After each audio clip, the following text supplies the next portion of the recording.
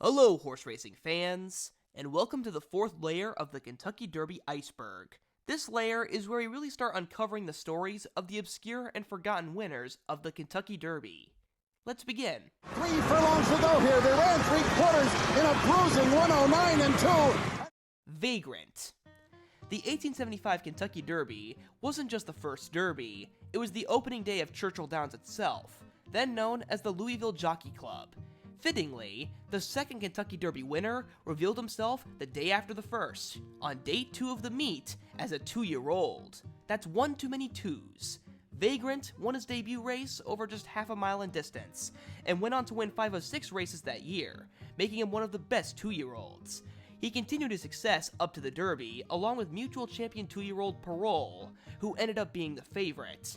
Parole would go on to be a Hall of Famer, one of the first of many examples of great racehorses who did not win the Kentucky Derby, along with 10 Brook from the first Derby. Instead of Parole, it was Vagrant, who led the pack from the 3/4 pole to the end, to become the second winner of the Kentucky Derby and the first of 9 geldings to claim the prize, planting the seeds for his sire Virgil, who went on to sire 3 Derby winners over the race's first 12 renewals. Vagrant's mother, on the other hand, was Lazy. And that's not me talking about her character, she was literally named Lazy. Anyways, an injury a start later ended his season prematurely, and he returned at age 5. With no ability to reproduce, he had one of the longest careers of a Derby horse, racing until the age of 10, although never quite reaching the same heights as his first 2 seasons. His life after racing is not rife with detail, but a common story is that he pulled a cart, either a buggy or a vegetable cart, through Lexington after he raced. And an article post-mortem described him being used as a riding horse until he passed away at the age of 17. Imagine getting to ride a Kentucky Derby winner in your own backyard. Clyde Van Dusen. Man o' War is one of the most famous racehorses, only losing once in 21 outs, and being the first Big Red before Secretariat. But one race he infamously never ran in was the Kentucky Derby. But he did produce multiple Kentucky Derby winners. Most are familiar with his Triple Crown son, War Admiral, but his first Derby kid was in 1929, and did not resemble his larger-than-life father whatsoever, being a tiny gelding, described as pony-sized and weedy. And to make things confusing, Clyde Van Dusen was trained by Clyde Van Dusen, named by his owner, Herbert Gardner, because Clyde the human was a small person, being a former jockey. It was a wide-open Derby field of 21, one of only 5 Derbies to surpass 20 participants, but all the attention was on Blue Larkspur, who fit every part of being a Derby winner. Tall, handsome, royally bred by the great Colonel E.R. Bradley, and trained by Dick Thompson, who had already settled 2 Derby winners and retired with 4. Blue Larkspur had already beaten Clyde in his first start at 3. Clyde would be a distant second choice, having won the Kentucky Jockey Club Stakes and other races as a 2-year-old to earn some respect, but to beat Blue Larkspur, he needed divine intervention. It rained terribly in the undercard, providing miserable conditions. Blue Larkspur wasn't given proper shoes for the mud, meanwhile Clyde got caulk shoes for extra traction in the slippery conditions. Clyde stole the race on the front end, avoiding most of the mud and handling the surface perfectly, while Blue Larkspur ran a commendable 4th while slipping and sliding. The finishing time of 2 minutes 10 and 4/5 was one of the slowest derbies ever. Afterward, the bitter E.R. Bradley did some mudslinging after the sloppy derby, declaring Clyde Van Dusen, quote, the worst Derby winner in 20 years. Regardless, Clyde Van Dusen had won the Derby, becoming the 7th gelding to do so, and the last in the 20th century. It took 74 years before Funnyside joined the unique group. Blue Larkspur went on to be a Hall of Famer, while Clyde Van Dusen raced 42 times and won 12, but nothing close to the Derby. Afterward, he became Clyde the Human's personal mount, so here's a picture of Clyde Van Dusen being ridden by Clyde Van Dusen.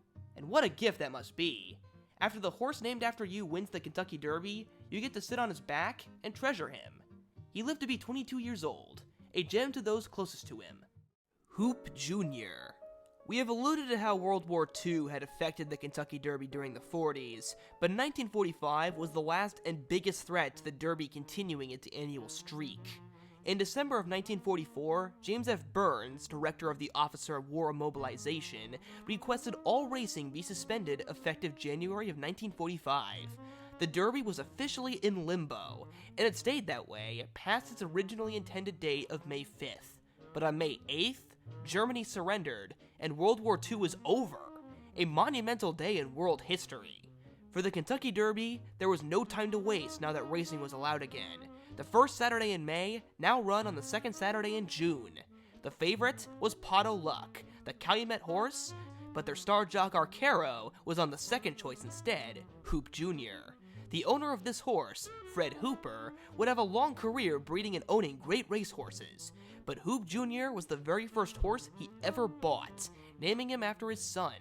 No owner will ever be quite as lucky as Fred, with Hoop Jr. cantering home the winner of the June Kentucky Derby. Hooper had achieved racing's ultimate goal in the first try, the equivalent to winning the lottery with your first ticket. And like anyone that fortunate, he spent 50 years trying to reach that high again. And he got pretty close, winning hundreds of other stakes races and owning more well-known and accomplished horses like Susan's Girl and Precisionist. But there was something about that first horse you just can't replicate, and Hoop Jr. stayed in a class of his own in Hooper's mind, forever. Azra. Imagine winning the most famous horse race only a year after you start riding. Not only that, imagine doing it when you're only 15 years old. In 1891, Alonzo Lonnie Clayton had started his budding career at 14, and already had a horse who would put his name into history. In the Champagne Stakes, Lonnie guided a 2-year-old horse named Azra to victory, one of the first stakes wins of Clayton's career and the first stakes win for Azra. The following May, they teamed up in the smallest Kentucky Derby field ever, with only 3 horses running. Huron led most of the way, but Lonnie wore him down, providing a thrilling stretch duel between the two to compensate for the paltry field. At the wire, Azra won by no more than 6 inches as described by the papers, helping Clayton become the youngest rider to win the Kentucky Derby ever. He and Azra would add other classic stakes wins to their resumes by taking the Clark Stakes and the Travers Stakes, although the Travers Stakes was against only one other opponent. Despite only winning 5 races from 23 outs, most of Azra's wins were some of the biggest races around at the time. Lonnie and Azra had made a good team, but Azra wasn't the same after that fall, and was soon retired. After a failed comeback, he became a forgettable stud, living to be 20. Lonnie's precocious rise ended just as quickly, sadly, due to racial discrimination and anti-gambling laws of the early 1900s closing many tracks. He lived to be just 41, having many children and spending his final years out west before passing away of tuberculosis. Lawrin.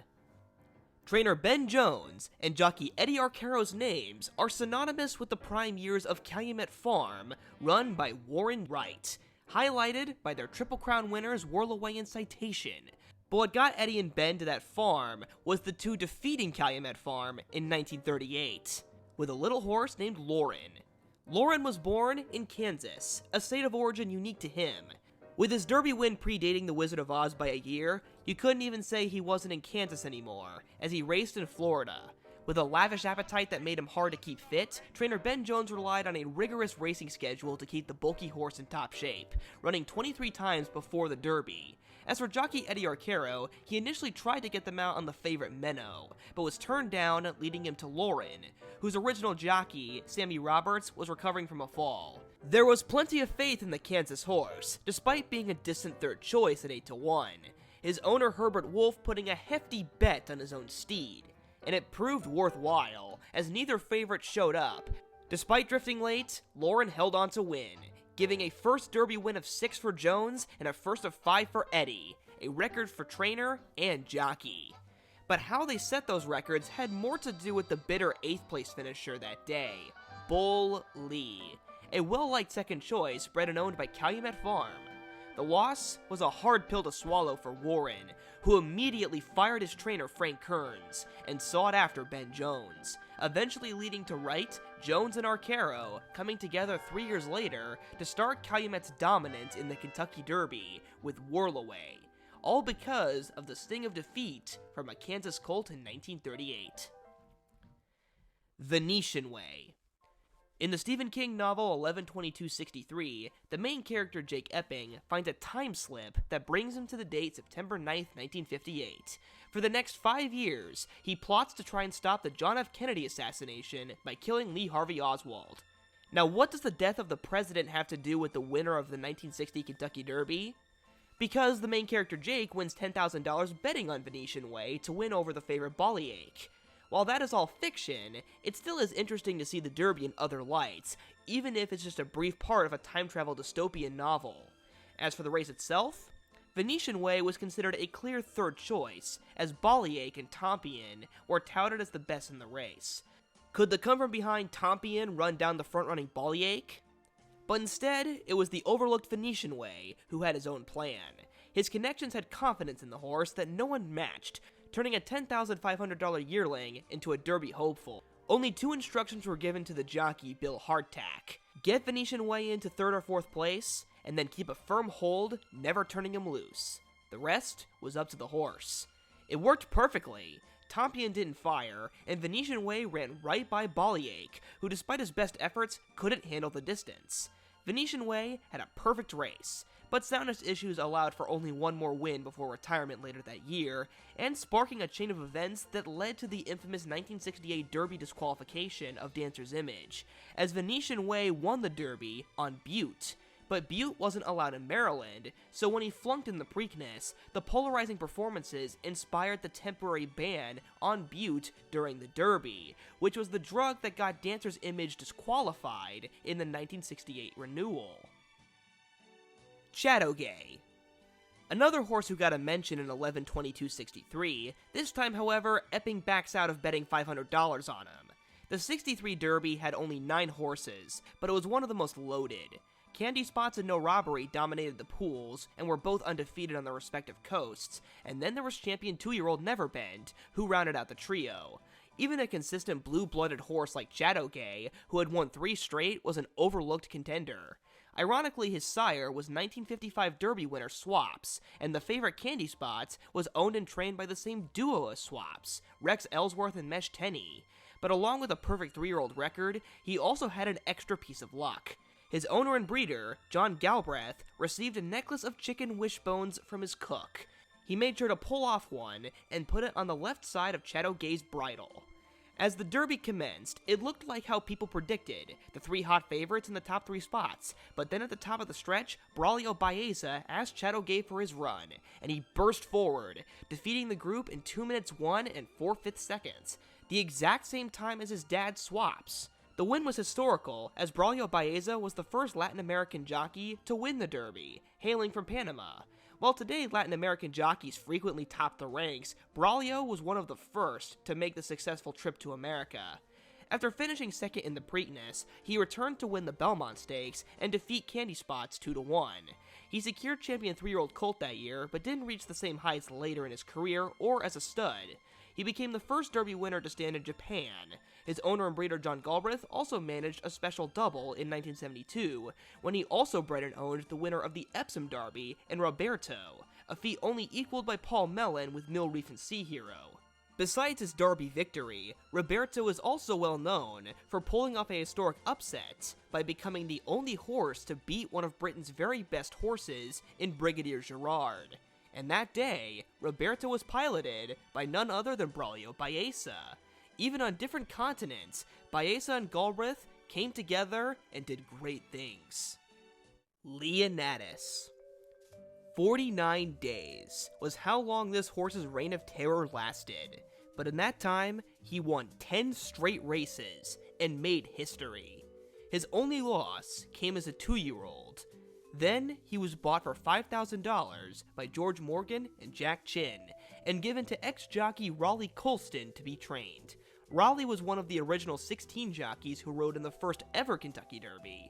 Now in a new phase of his career, under his tutelage, Leonatus never lost a race. He first won the Blue Ribbon Stakes by 10 lengths, and then immediately headed to Louisville. He had impressed a lavish man named Barry Wall so much, he asked his owners to name a price. They initially said $10,000, but despite Wall eagerly writing the check in front of them, they backed out. So instead, Wall decided to bet the horse hard in the Derby. causing a chain reaction that led to Leonatus becoming the heavy favorite.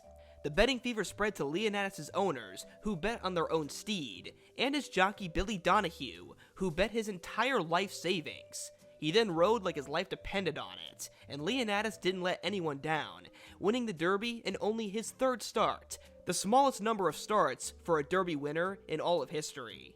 And as a reward, he nibbled on one of the roses given to his owners. At the time, roses weren't draped over the Derby winner. That wouldn't happen until 1896. Barrywall held a party afterward for 30 couples, giving all the ladies distinct roses, something loved so much it helped solidify the rose as the flower of the Derby. After his Derby win, Leonatus continued his rampage, running all throughout Kentucky and Chicago, before a workout accident forced his retirement. And just like that, he was off to stud, retired, living to the age of 18. And all these years later, he is still remembered through the Leonatus Stakes at Turfway Park in Florence, Kentucky. Dark Star. Perfection is almost impossible to obtain in any sport. Even the very best racehorses, more often than not, have an equally infamous defeat. In the Kentucky Derby, arguably its most shocking upset wasn't the one with the biggest payout. Native Dancer was one of the first TV stars in horse racing, his great coat making him easy to spot, even on the still primitive black and white televisions. He also was wicked good, winning 11 straight going into the Derby. Dark Star was one of many horses he had defeated already. He was a good horse, but didn't seem like a threat, with brief bits of success followed by disappointing showings. A hint of his potential would come in the Derby trial 4 days before, which he took in a fast time, his best showing to date, but he was still 25-1 by post time for the Derby itself. Like many infamous losses, a bit of luck was involved. Native Dancer was bumped badly into the first turn, losing several lengths, while Dark Star swept across the track and took the lead to control the race from the word go. Despite the traffic, Native Dancer flew on the outside, ready to pass him, but Dark Star had just enough left in the tank, and Native Dancer ran out of racetrack to lose by a head. It was a defeat heard around the world. The literal dark horse Dark Star became the only horse to ever beat Native Dancer. Native Dancer was supposed to be a sure thing, and yet, it's horse racing. Dark Star would be forced to retire a start later, after bowing a tendon in the Preakness, and went on to actually be a decent sire, producing winners in Europe and North America. Meanwhile, Native Dancer never lost again, winning 21 times and becoming one of the most influential sires ever. But despite doing everything else right, the sting of that loss to Dark Star will live on forever. Lucky Debonair. In 1965, the Kentucky Derby was 30 minutes later than usual. A fire had broken out before the race in the clubhouse, leading to 2,000 people having to evacuate their seats. Luckily, no one was hurt, and the fire was extinguished in minutes, but it gave everyone a fright. As for the race itself, Bold Lad was the 2-1 favorite, having won 10 of 12 races, but he tired badly late and finished 10th, unable to get the distance. Second choice Hail to All, who got the role through repeated second-place finishes, got in trouble and was 5th. It was third choice Lucky Debonair who was the benefactor. He was lightly raced, but had won major preps on the west and east coasts. In the Derby, his winning ticket was staying near the lead, using his reserves to pull away in the home stretch. Under Bill Shoemaker, he held off the late-running Dapper Dan to win by a neck. His finishing time of 2 minutes 1 1/5 was at the time the second fastest Derby clocked. A bruised ankle caused disappointment in the Preakness, and an abbreviated 3-year-old year, but he managed one more major win as a 4-year-old in his original home base of California, where he won the Santa Anita Handicap, at the time one of the most important races for older horses. He became the first Derby winner to win both races, only matched by such greats as Affirmed, Spectacular Bid, and Ali Sheba. He retired with a well-rounded career of 9 wins from 16 outs, and was a modest stud. But if you're in Wheaton, Illinois, where his owners were born, you can still drive through a road named after him. Lucky Debonair Court. Reigh Count. Greatness does not always reveal itself immediately. Case in point, Reigh Count. He lost his first 7 races in a row, and by the 6th loss, his owner and breeder Willis Kilmer had enough, and decided to sell the colt, but many thought higher of the horse. John Hertz, his future owner, was a former boxer. He liked a horse who displayed fighting qualities, and Reigh Count had shown that in a previous race, when he attempted to bite an opponent trying to pass him. When Reigh Count was sold, Kilmer's former trainer, Henry McDaniel, quit over the decision, knowing how big of a mistake Kilmer had just made. Reigh Count rallied the rest of the year, winning 4 races in his next 7 starts at 2, with drama still ensuing, losing one race by being squeezed on the rail, and another allegedly because his jockey held him back so his stablemate Anita Peabody could win. When it came time for the Derby, Anita Peabody had stepped on Reigh Count's foot, causing a bad gash on his coronet just above his hoof. If that wasn't enough for him, it had rained 4 inches leading up to the Derby, and then rained even more in the race before the Derby. It was a field of 22 horses, the most seen at the time and the second biggest Derby field in history, and they were going to be slipping and sliding for 1.25 miles.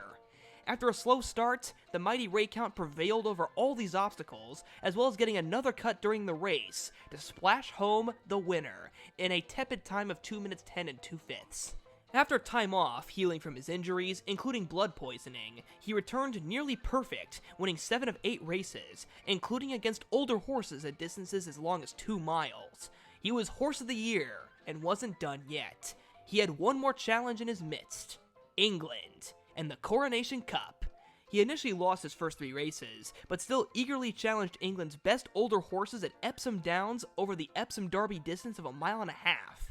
He won the race, becoming the first Kentucky Derby winner to win in Europe.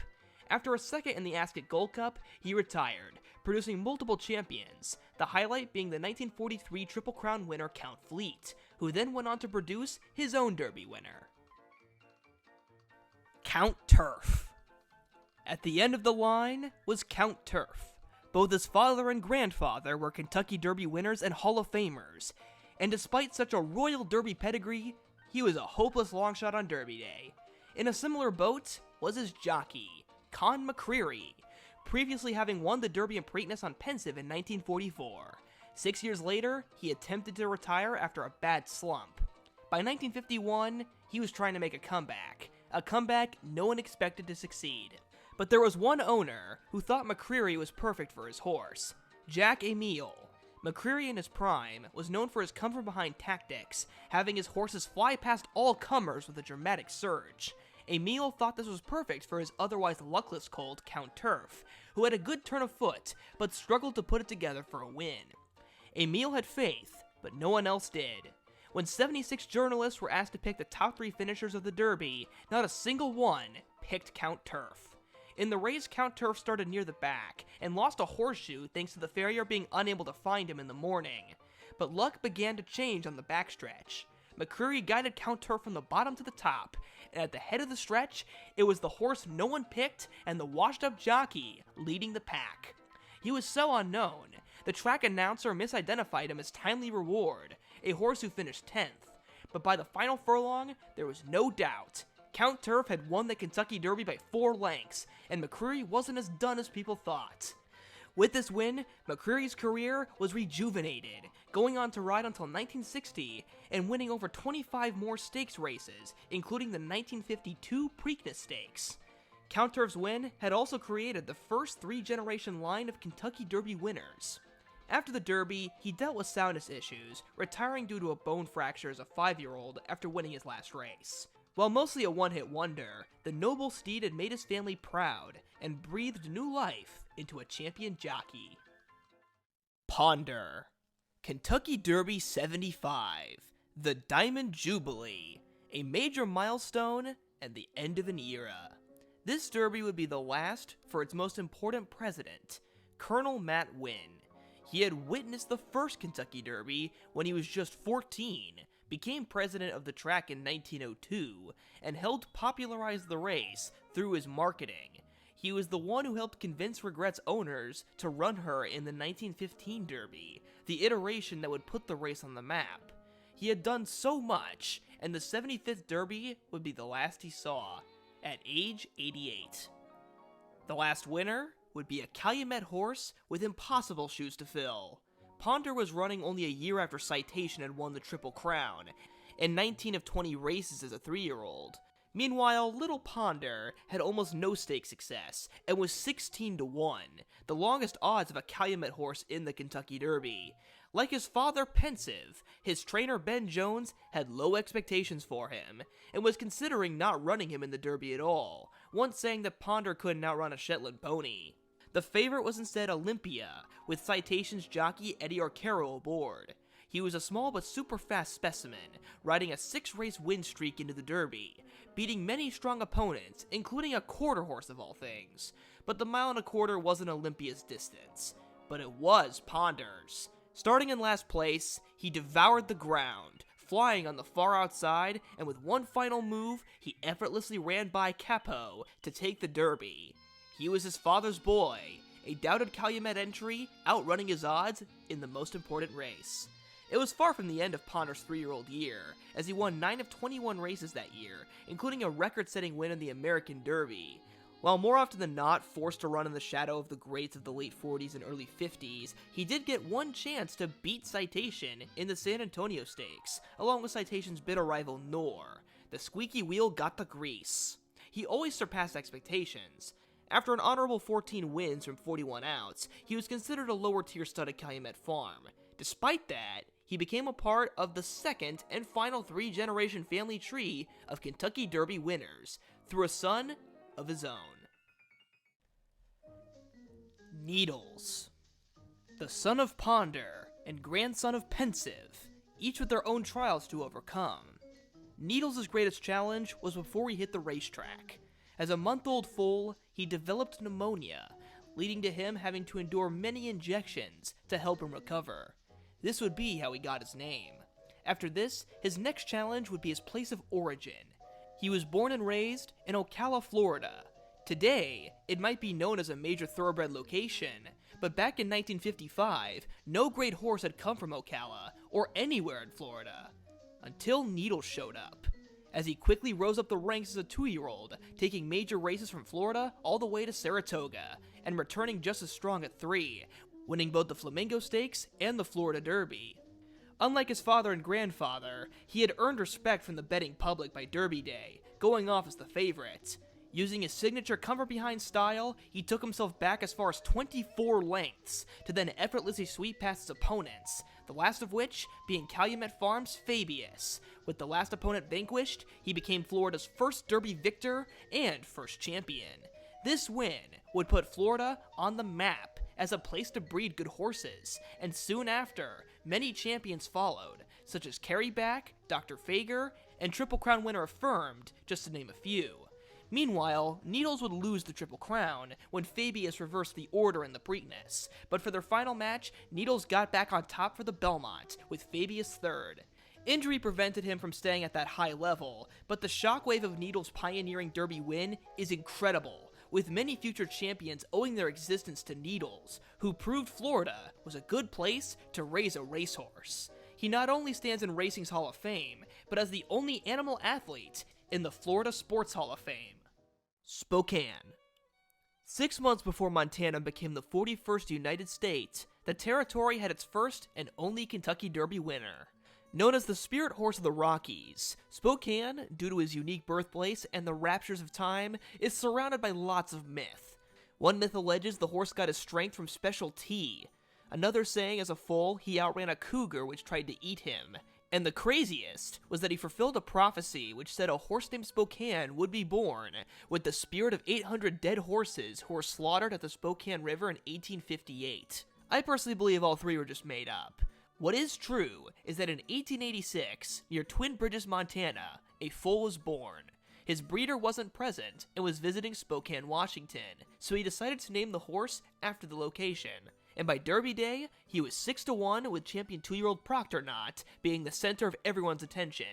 Spokane prevailed, thanks to a lot of bad luck befalling Proctor Knott, who had 2 false starts and drifted late in the final furlong, while Spokane ran straight on the inside. Even after all of that, it was too close to call at the finish line. With no photo finish cameras, the placing judges were in the infield, so when the two crossed the wire, Spokane was closer to them, leading to a dispute on who really won. But the win was officially given to Spokane.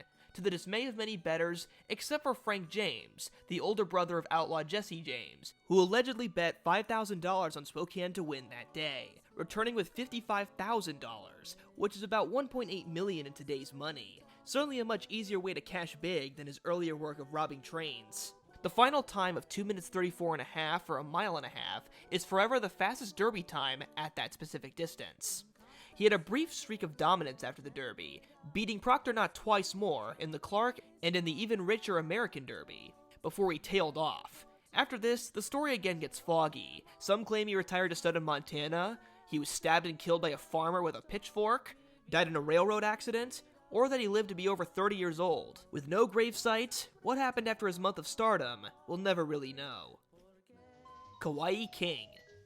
The 1966 Kentucky Derby was supposed to be an epic matchup between two great horses, the super-fast unbeaten Graustark and champion 2-year-old Buckpasser. But it wasn't meant to be.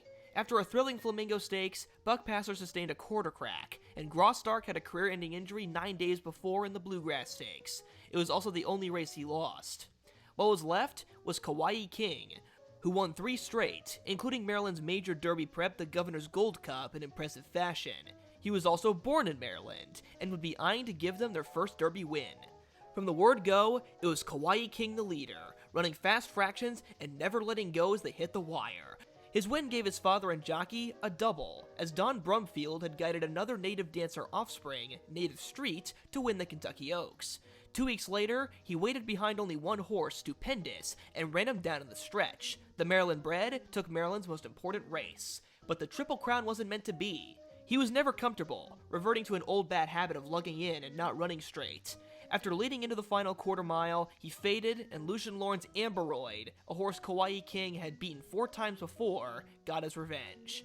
Soon after, against his trainer's advice, Kauai King faced a healed Buckpasser in the Arlington Classic. Kauai King was soundly beaten and suffered a career-ending injury, while Buckpasser resumed dominion of the 3-year-old crop. Kauai King was not a successful stud, not helping his obscurity, despite being closer than 99% of horses ever will to winning the Triple Crown. Ben Brush. Every Kentucky Derby is a special occasion, of course, but the 1896 Kentucky Derby was above average in its historical impact for the race's history, with a great horse and the start of some of the most iconic Derby traditions commencing with this iteration. Ben Brush wasn't much of a looker, but that didn't matter much. His dam Roseville was a full sister to the 1892 Derby winner Azra, and as a 2-year-old, Ben had won 13 of 16 races, from the, quote, west of Kentucky, all the way up to the elite east of New York. His Kentucky Derby was the first to be run at the current and very iconic distance of 1.25 miles. The previous 1.5 miles deemed too much too soon for a 3-year-old.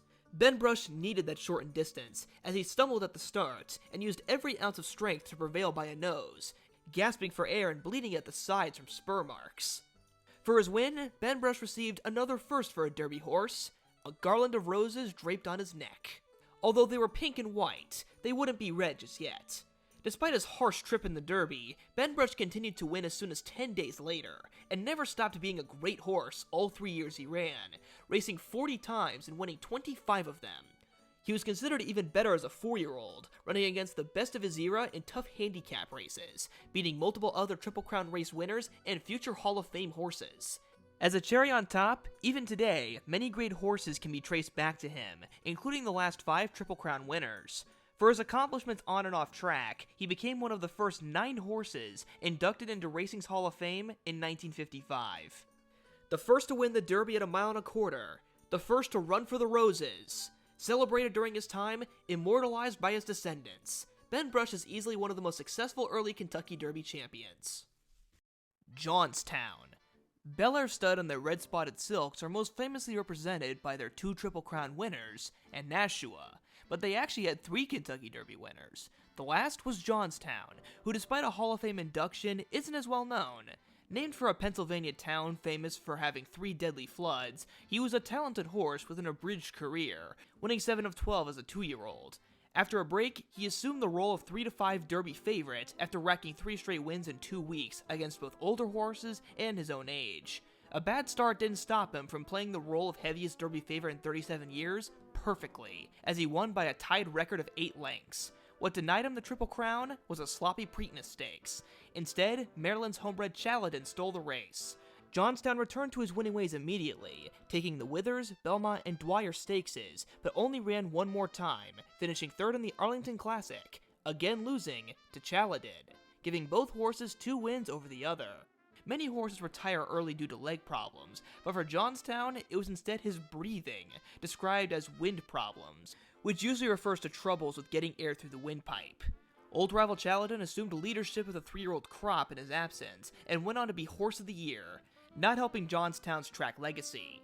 He retired with 14 wins from 21 starts, and sired plenty of winning horses but few stakes winners, with his best impact being a broodmare sire, with his daughter Segula birthing one of Bel Air Stud's most iconic runners, Nashua.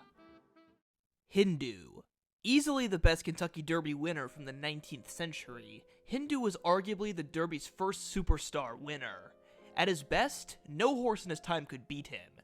His record says it all: 35 starts, 30 wins, and was never worse than third.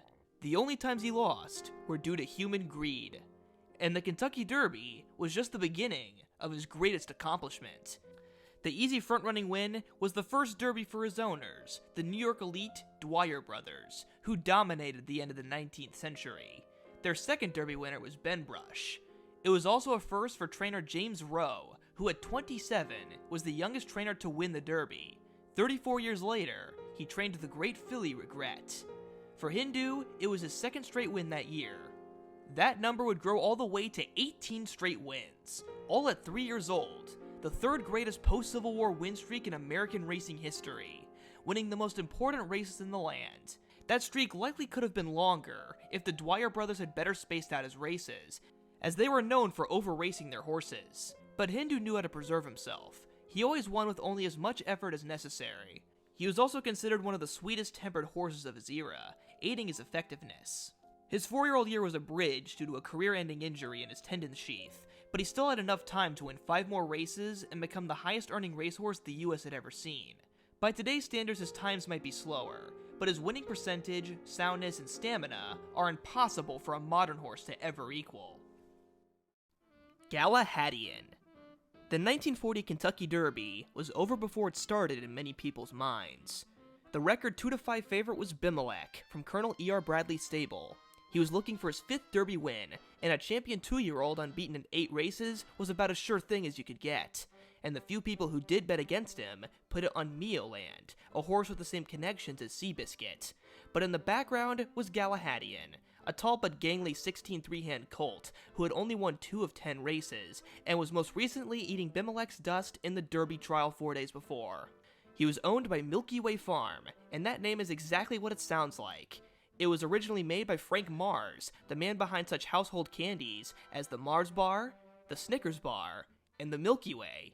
When he passed away in 1935, it was his widow Ethel who assumed operation of the farm, entering 8 horses in the Kentucky Derby over the next 5 years.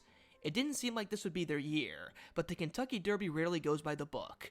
After an aggressive lead from Roman, Bimelech took over into the far turn, with Dit to his outside, but on the rail was the real threat, Gallahadion. He had followed behind them all the way, and finally had an opening.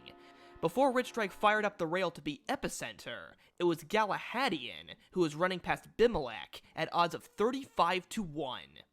Victory had never tasted so sweet for Milky Way Farm. 20 grand.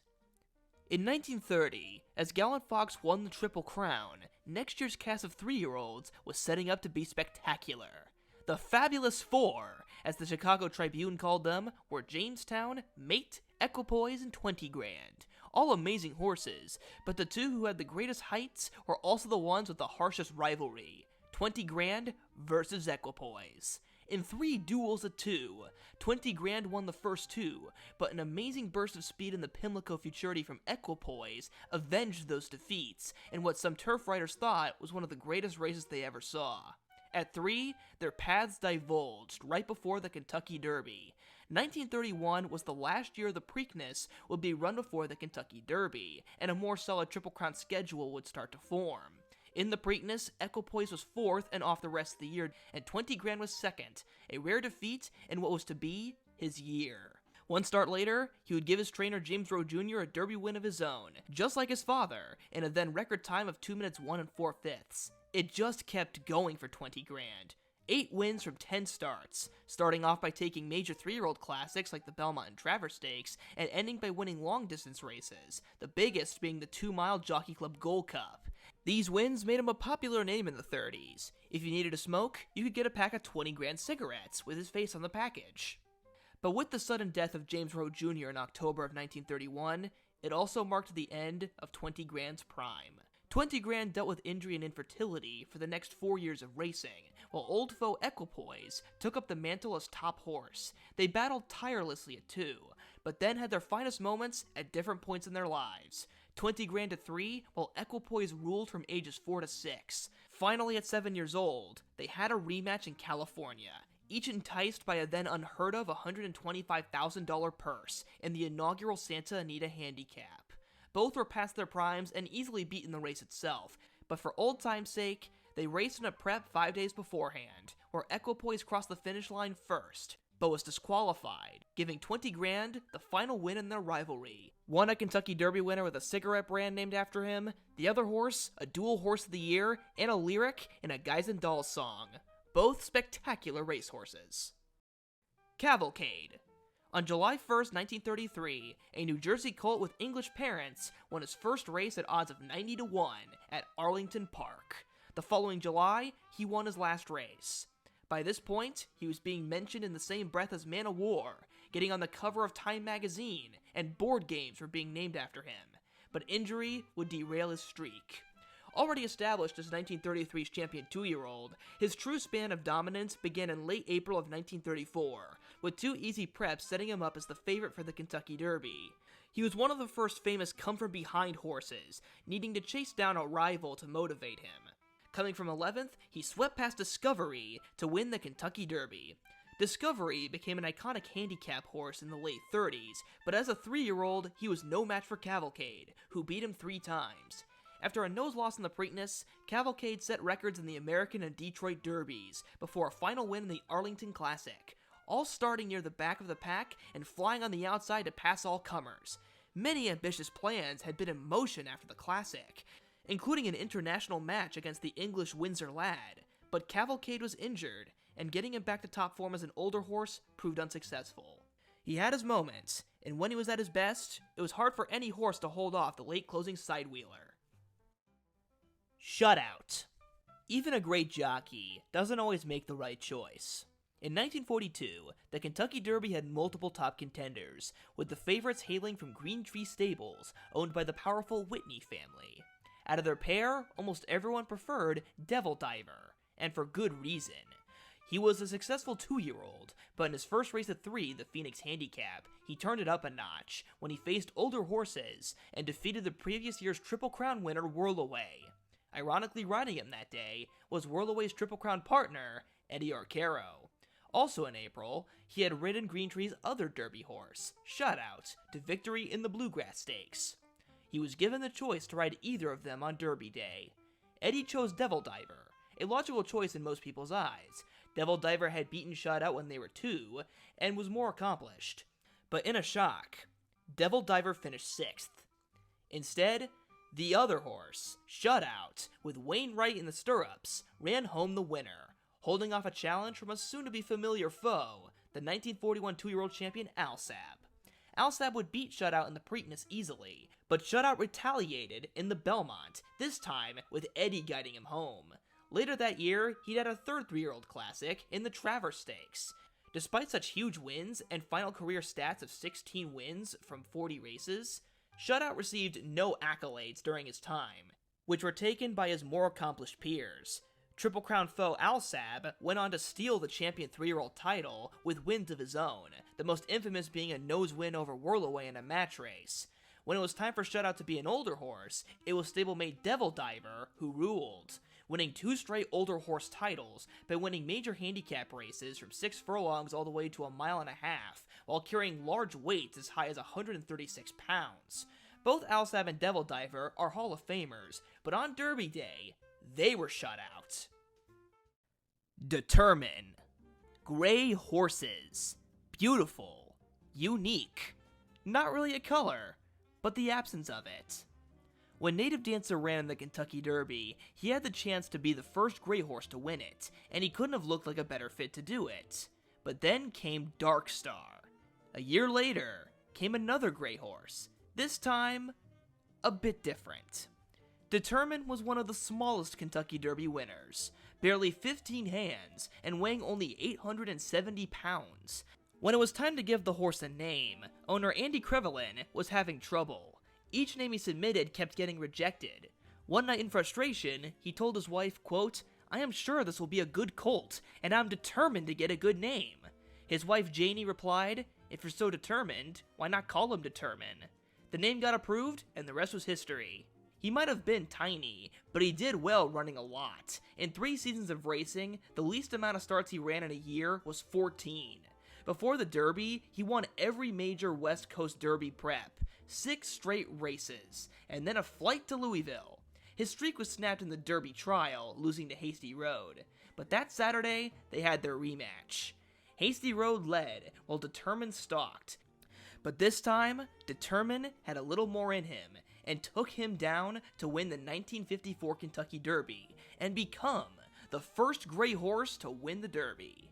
He would skip the Triple Crown to pursue California's handicap races, something that would be repeated the following year by another California champion, Swaps. The two would have their matchup in the 1955 Californian Stakes, where it was Swaps who came out the victor.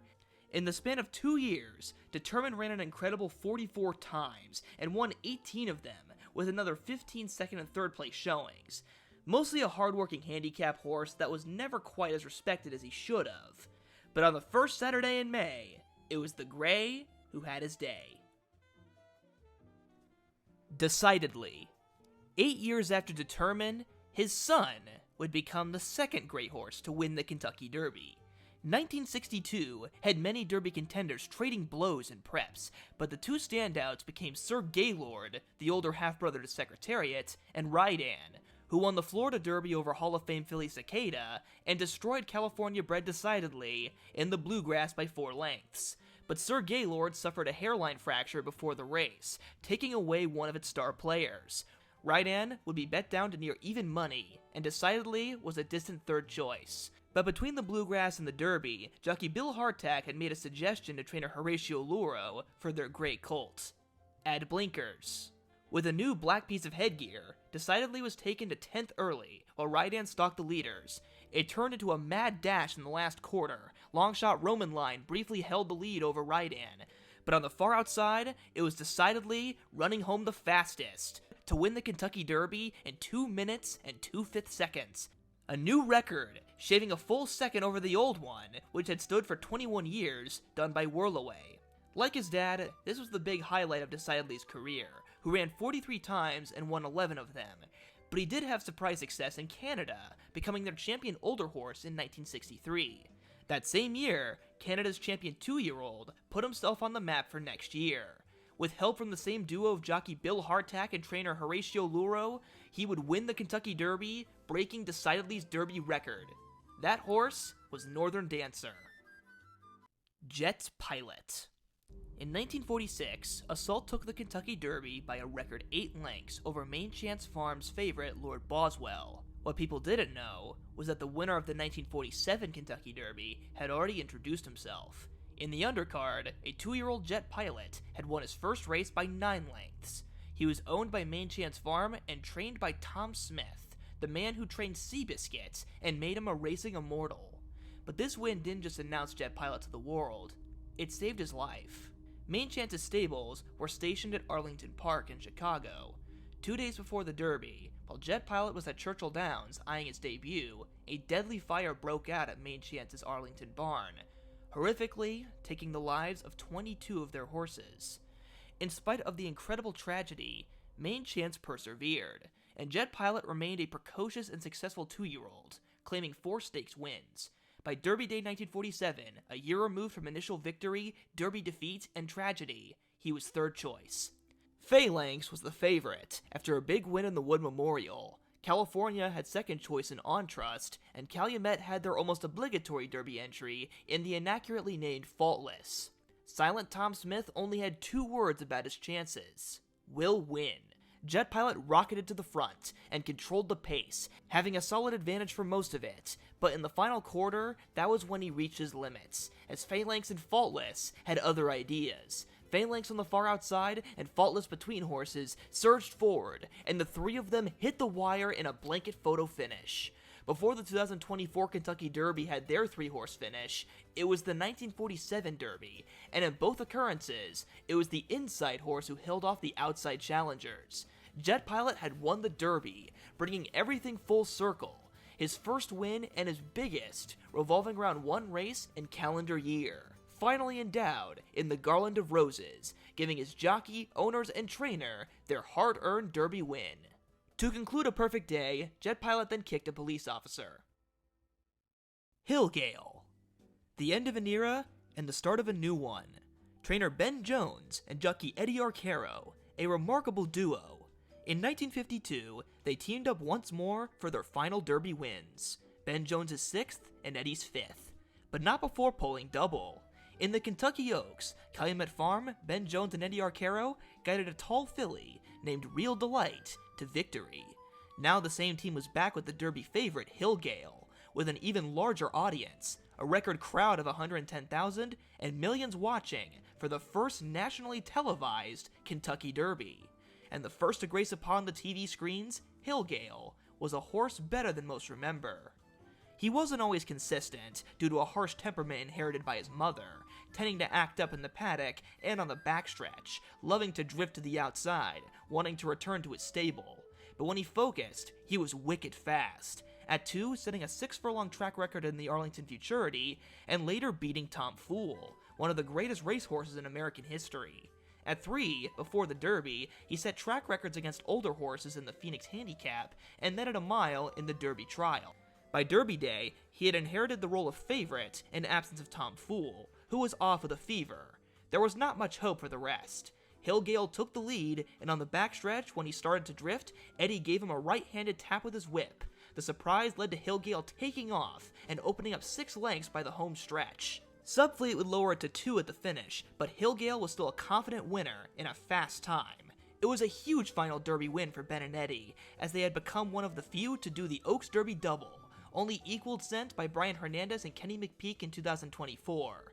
As for Gail, the main reason for his obscurity nowadays is due to the more consistent Calumet horses outshining him, and the fact that after the Derby, he developed calcium buildup in his ankles, and was never the same horse after. With an unsuccessful stud career, the horse that was, quote, strong as a bull but with the disposition of a hornet, faded into obscurity, but always a part of one of racing's most dominant farms, trainers, and jockeys' history.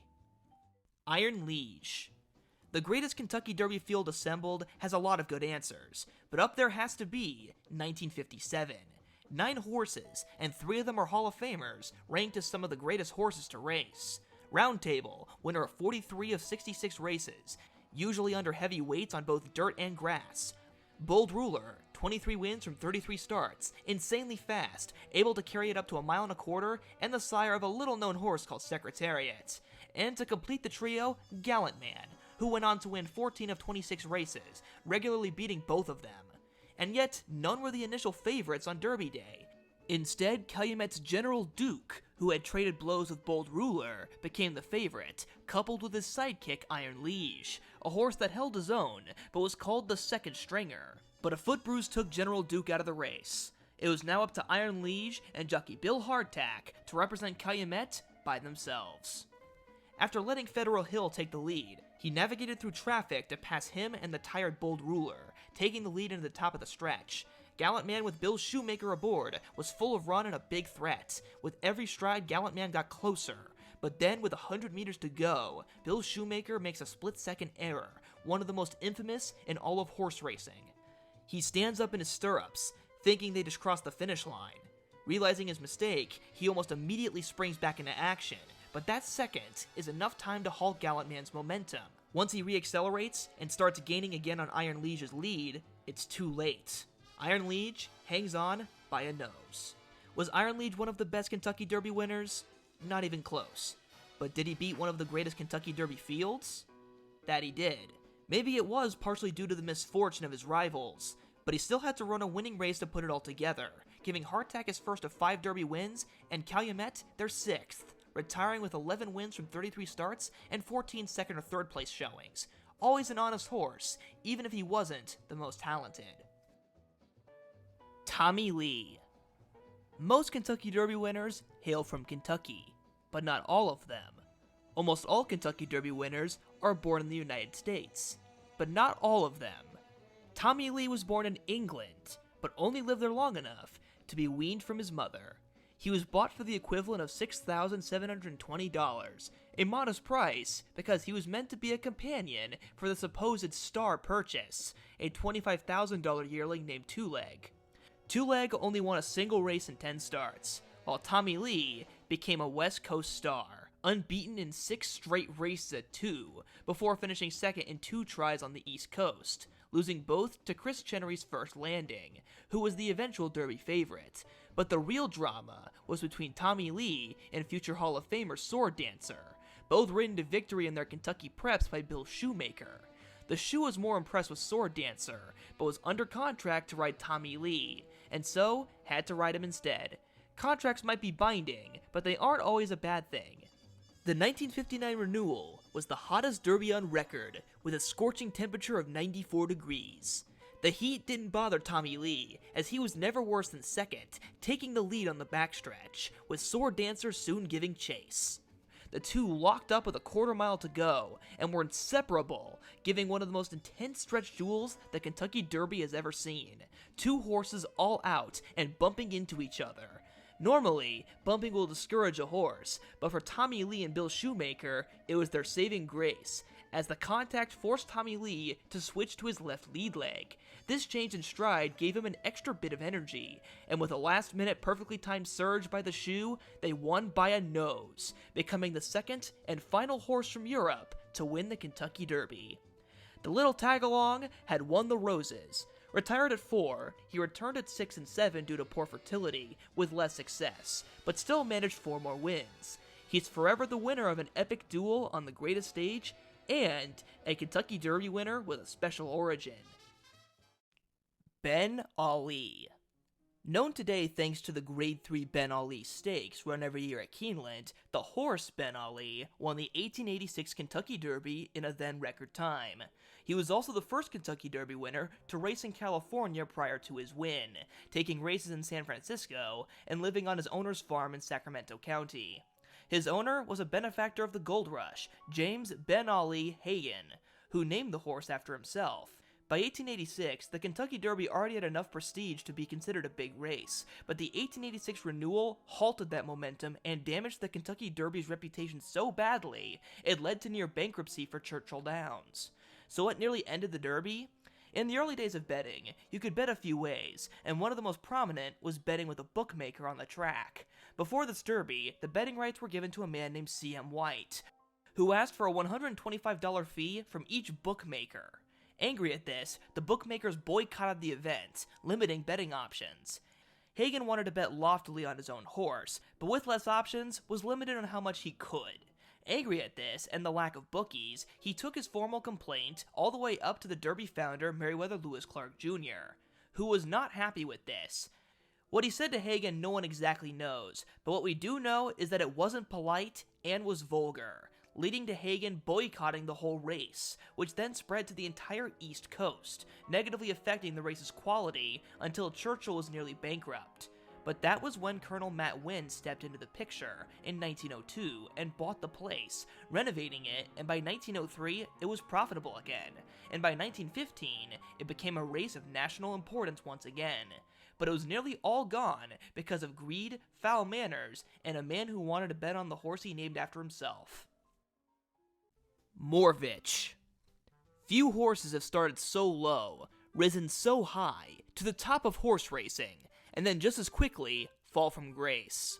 Morvich was not a good-looking horse, with a short neck and awful front knees that made some wonder how he could race at all. He was so hideous to some that he was nicknamed the Ugly Cripple. In my opinion, that's a bit harsh. He was also born in California, not where champions in the 1920s were supposed to be born. And yet, as a 2-year-old, He was perfect in 11 races, so dominant that by the end of the year, he was being confidently compared to Man o' War, who had retired only a year before. Morvich seemed like the answer to who the next equine superstar was going to be. After a long break, the Kentucky Derby was going to be race number 12. People gathered just to see him work out, and the Kentucky Derby only solidified things, as he ran home, defeating Man o' War's full brother and the Kentucky Oaks winner, to win by a length and a half. California's first Derby winner, and to this day, the biggest win streak from a Derby winner. It was also the first Kentucky Derby to be filmed and screened in movie theaters. For the first time, a cinema goer could watch a reel of the Kentucky Derby before their film started. It was later used in the 1922 silent motion picture, simply called The Kentucky Derby. Things had already come a long way since the horse in motion. And then it just suddenly stopped. Morvich was no longer sound, and tasted defeat for the first time in unlucky race number 13, to Whiskaway. A week later, Whiskaway beat him again, and Morvich eventually fell into obscurity, retiring with 4 straight losses. He was a failure at stud, and thus the former movie star faded out of the public's eye, living a quiet life back in California, and passing at the decent age of 27, described as a very kind stud. As brief as his success was, few horses ever got as close as he did to being in the same sentence as the Mostest horse, a mighty accomplishment for a horse most thought wouldn't do anything. Burgoo King. Burgoo is one of many classic Derby culinary delights, a food that has been eaten by Derby watchers since the beginning of the race's history. So to have a Derby winner, born in Lexington, named after a classic Kentucky stew, is as Kentuckian as you can get. But to those that are superstitious, this horse was instead a bad omen.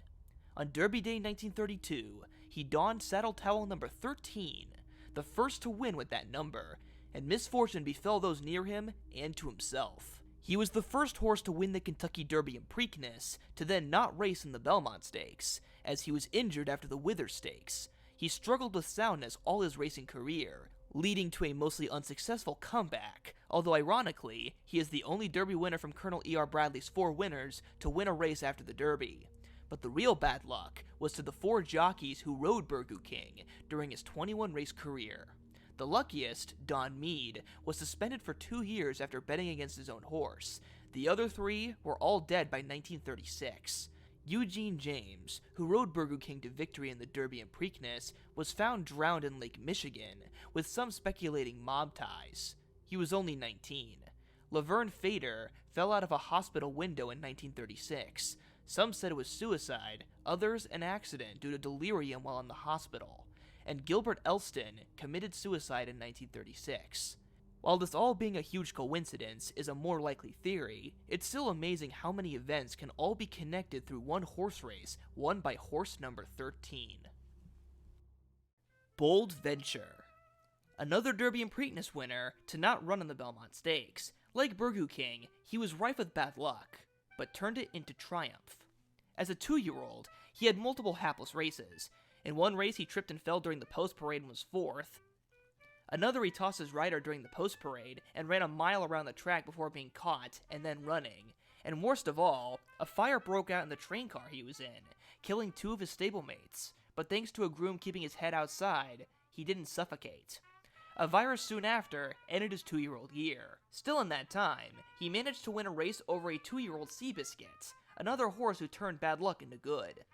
Bold Venture's luck came through the Kentucky Derby. He was considered a long shot, ridden by an 18-year-old apprentice jockey, Ira Hanford, but a hectic break gave them the chance. The favorite Brevity fell to his knees, second choice Indian Broom got squeezed out, and third choice Granville lost his rider. Through the chaos, Bold Venture was able to take the lead and hold off the less lucky Brevity by a nose, making Ira the first apprentice jockey to win the Kentucky Derby. Then came the Preakness, where he was replaced by George Wolfe, as Ira was serving a suspension, the only time a horse has won 2 jewels of the Triple Crown with different riders. George Wolfe is most famous for riding Seabiscuit against War Admiral, but for now, the Iceman guided Bold Venture to a Preakness win, fighting and beating Granville by a nose. The first Preakness decided by a photo finish camera. Unfortunately, that hard-fought win ended his career, as he suffered a bow tendon post-race that forced his retirement to King's Ranch in Texas, a state not thought to produce great champions, but once again, Bold Venture came out on top, to this day being the only horse to sire 2 Kentucky Derby winners, both from Texas, Assault and Middle Ground. Dust Commander. A little horse who could, and the start of a type of journalism, was what the 1970 Kentucky Derby brought to the table. First, the horse. Dust Commander was a 15-1 chestnut colt, weighing about 900 pounds, almost as small as Determine. Born in Illinois, he was bought for $6,500 by Robert and Verna Lehman, and once ran in a $7,000 claiming race where no one bought him. He seemed mostly hopeless, losing 6 straight when he turned 3. But when he went to Keeneland and had Mike Manganello as his new jockey, his luck suddenly changed. After a small win, he went to the Bluegrass. Blessed by Archbishop Emmanuel Malingo in the post parade, someone the Layman's had known since his childhood and funded his education. Dust Commander also loved mud and upset the sloppy Bluegrass at 35-1, to the joy of Verna. Her husband, on the other hand, was 8,000 miles away, in India, shooting and killing a tiger who was supposedly a man-eater. He made it just in time for the Kentucky Derby, this time with even more blessings for their small long shot. In his pockets, a rosary, gifted to him by his grandmother at age 7, and the neck bones of the dead tiger. For jockey Manganello, he wore a St. Christopher medal, blessed by Pope Paul VI, and Verna had jewelry shaped like a 4-leaf clover and a horseshoe. But no one knew of all the good luck charms the horse had, making My Dad George the favorite and personality second choice. The other big story was jockey Diane Crump, the first woman to ride in the Kentucky Derby. Only a year earlier, she was the first professional woman jockey to ride at any parimutuel track. She finished 15th of 17 horses. Meanwhile, Dust Commander rode the rail to win by 5 lengths. In the commotion of the far turn, Holy Land clipped heels and fell, finishing the race riderless. A blessed day for Dust Commander, but things weren't as virtuous in the infield. This derby birthed the famous article, "The Kentucky Derby is Decadent and Depraved," an influential unorthodox reporting piece written by Hunter S. Thompson, the future writer of Fear and Loathing in Las Vegas. This article focused nothing on the race, and instead his perspective on the less glamorized degenerate partying surrounding the Kentucky Derby, especially in its infield. It helped birth gonzo journalism, a style of journalism that instead of being objective, focused more on the writer's first-person perspective and opinions. Proud Clarion. The lead-up to the '67 Derby was one of the most tense, and it had nothing to do with the horses. Housing discrimination against black people in Louisville led to months of protests, demanding a bill to make it illegal to refuse to sell a house based on race. As the Kentucky Derby drew nearer, tensions rose. It gained support from major civil rights leaders like Martin Luther King Jr. and Louisville native Muhammad Ali, who just lost his title after refusing to join the draft for the Vietnam War. Traffic jams forced horses to miss races they were entered in during the week of, and one specific incident on the Monday before the Derby had 5 protesters run onto the track while a race was being run, forcing jockeys to quickly pull up their horses. There was huge worry that this could occur on Derby Day, with the Pegasus Parade, one of the long-standing festivities leading up to the race, being canceled due to the protests. The National Guard would be in attendance at 3 times the size, along with the Ku Klux Klan in full uniform. Martin Luther King Jr. called off demonstrating on Derby Day, fearing a violent riot, instead of protesting in downtown Louisville, so the 93rd Derby itself went off seemingly without a hitch, except for the favorite, Damascus, one of the greatest racehorses in American history. His only loss of 3 was against his bitter rival Dr. Fager, but on Derby Day, the normally calm horse was anxious and not himself. Instead, a hopeless 30-1 shot was gonna take the day. Proud Clarion had only won sprint races, and his one stakes attempt in 8 outs was a second in the Bluegrass. Bobby Ussery, his rider, didn't get the mount on Proud Clarion until 2 days before the Derby, but on that fateful day, they came together to win. Coming from 9th place, he fired past Damascus, who could only get 3rd, and then chased down the brave front-running Barb's Delight to clock the 3rd fastest Derby at the time. He only had one more big win after that, setting a track record in the Romer Handicap. 1 year later, his rider Bobby Ussery rode Dancer's Image to victory in the '68 Derby, before an infamous failed drug test took their victory away. Gato Del Sol. Sam, if that horse wins the Kentucky Derby, I'll buy you a brand new car. That is what Arthur Hancock III said to his yearling worker Sam Ransom. Arthur had come from a prolific family of horse breeders, but none had bred a Derby winner, and he didn't believe his gray horse was gonna be the one. But Sam Ransom thought they had something good. At 2, he won the Delmar Futurity, but then lost his next 7 races going into the Derby. It wasn't all bad. He had ran well to be second in the Bluegrass Stakes in his last tune-up. Starting in 19th in last place, he got the perfect setup. The filly Cubecoy's Joy ran fast early fractions, which exhausted the favorite Air Forbes 1 and second choice Albaba.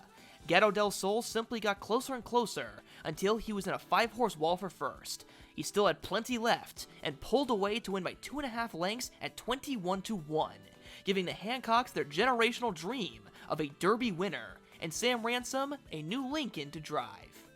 After skipping the Preakness and finishing second in the Belmont, Gato Del Sol had a long career with many hurdles.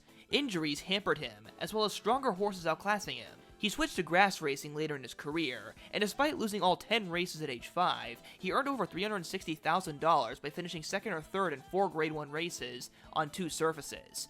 While not ultra-talented, those who knew him best described him as one of the sweetest horses they had met. Finally, at age 6, he ran his 39th and final race, the 1.5-mile Caballero Handicap, and actually went out a winner with a 7th win. He wasn't a great sire. In 2000, he was pensioned and bought back by Hancock to live his final years where he was born, living to be 28 years old. Sonny's Halo. Northern Dancer gets all the credit as Canada's best horse and Kentucky Derby winner.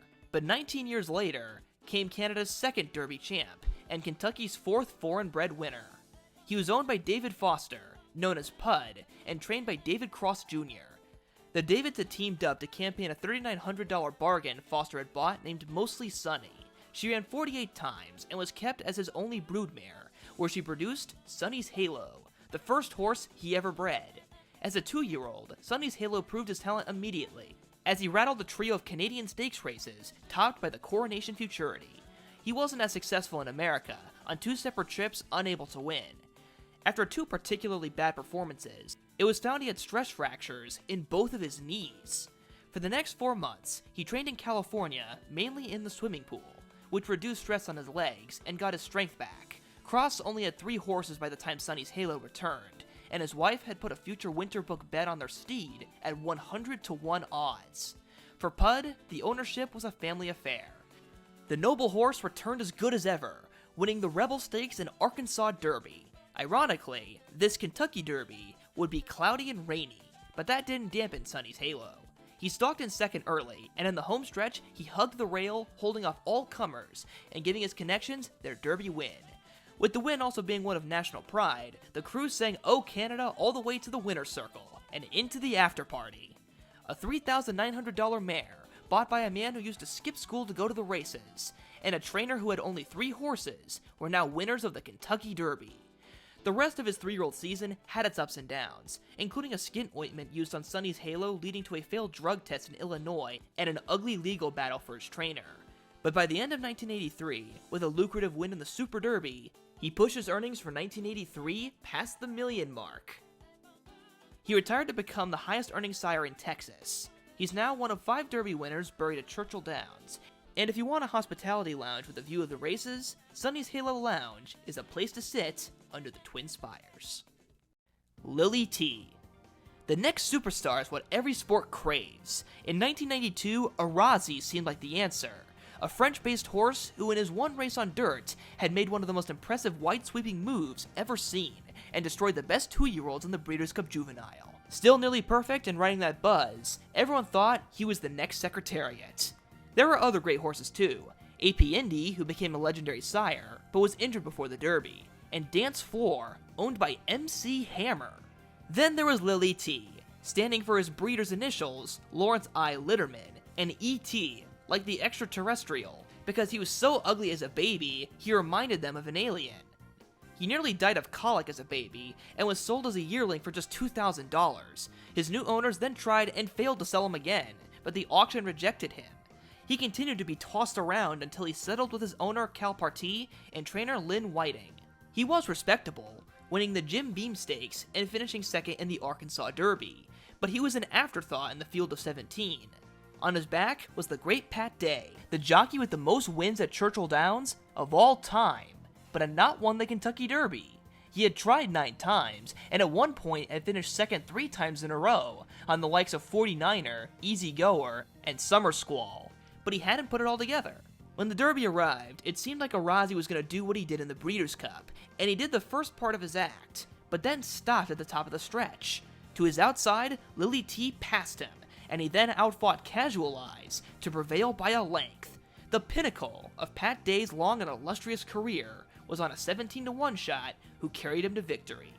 After the race, Pat, a very religious man, praised Jesus and raised his hands to the heavens above in the winner's circle, a moment immortalized in a statue at Churchill Downs today. Zev. At the end of the Kentucky Derby alphabet is Zev, the only Derby winner to start with the letter Z. He was owned by Harry Sinclair, who founded Sinclair Oil and was a major part of the Teapot Dome scandal, right alongside President Warren G. Harding. While that was boiling, later that same year, his 2-year-old horse had made a 180, losing his first 5 races and then becoming the best in his age group by winning his next 5 races in a row, in the span of less than a month. After a 12th place finish in the Preakness in his second start at 3, he rattled off an even better streak that made him the richest horse to ever race in just a single season. The second of a 9-race win sequence was the Kentucky Derby. It was a group of 21 horses, the largest Derby field ever seen, and still tied for the 3rd greatest of all time. Getting his revenge on Preakness winner Vigil, he stormed home, and the wins only continued in the biggest prizes in America, like the New York Triple of the Withers, Belmont, and Lawrence Realization Stakes. But his most lucrative adventure was a match race against Papyrus, the winner of that year's Epsom Derby. It was the first international race to be conceived, and the first race to boast a prize of over $100,000, eclipsing the $75,000 record from Man o' War's match with Sir Barton in Canada. 50,000 people jammed Belmont Park to see the American take on the European. It was a revolutionary new idea that is now commonplace today. The only one-on-one match that had generated more hype in 1923 was between Jack Dempsey and Louis Firpo. Without the benefits of modern travel, Papyrus came by ship and had to adjust to a sloppy dirt surface and American track configuration. It was an inherently unfair race. From the get-go, Zev took command and couldn't have made $100,000 in the Roaring Twenties look easier, cantering home. After this, he lost the Latonia Championship but got revenge on the horse who beat him, in memoriam, by being controversially declared the winner in a tight photo finish that predated the use of photo finish cameras. With all his glory, in 1 year he had earned over $250,000, surpassing America's former greatest money earner, Man o' War. He wasn't as great as a 4-year-old, but out of the blue, he had one more streak of success, when he suddenly rattled off 4 wins in just 8 days in October of 1924. He pushed it to 5 in November and lost his last 2 races. A failure at stud, and a tad inconsistent as a racer, only doing things in streaks, but when he had a good thing going, he could win races like nobody's business, and stand among the best of his time. And that is the end of our 4th layer. Only 1 layer left to go. This is the bottom of the ocean, and the home stretch of this series. These final Derby horses have mostly been forgotten to time, just a name on a list. But who were they, and what kind of surprise is waiting for us at the end of our retrospective? That's what we'll find out for the final time on the Kentucky Derby Iceberg. See you guys next time.